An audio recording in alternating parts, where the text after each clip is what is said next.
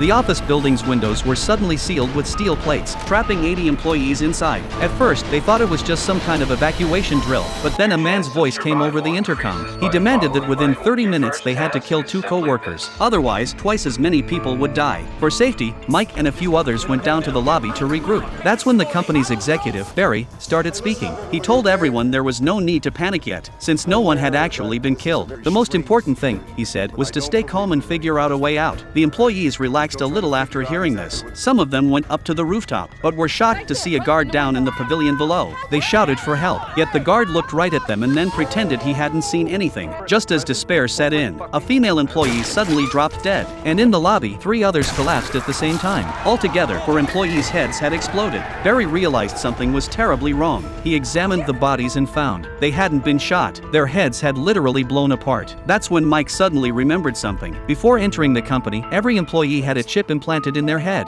They thought it was just for easier management, but now it was the very thing killing them. Mike quickly grabbed a small knife, ready to cut the chip out, but then the voice on the intercom came back, warning him to stop. For his girlfriend's safety, he reluctantly gave up. The voice spoke again. Within the next 2 hours, 30 people had to die. They could use any method they wanted. If they failed, twice as many would be killed at random. Panic spread again. Everyone rushed together to figure out a plan. Anna suggested hanging a rescue banner from the roof, hoping passersby would see it and call the cops. But Barry argued the police station was too far away. By the time help arrived, the 2 hours would already be up. Still, they had no better options. Mike gathered a group to find materials for the banner, but then they caught Barry leading some men with a blowtorch, trying to break into the armory. It turned out their plan was to solve the problem by killing people. Mike, furious, grabbed a security guard's pistol and destroyed the blowtorch. From that moment, Barry saw him as an enemy. Soon after, Mike's group finished the banner, but just as they were about to hang it, the guard down below opened fire on them. The intercom voice cut in again, warning that if anyone tried to call for help, the explosives inside the building would be detonated. As Mike was searching for another way out, Barry ambushed him with his men, knocking him unconscious. They snatched the armory keys from the security guard and opened the weapons cache. Then, they began passing out guns, and so, the deadly showdown was about to begin.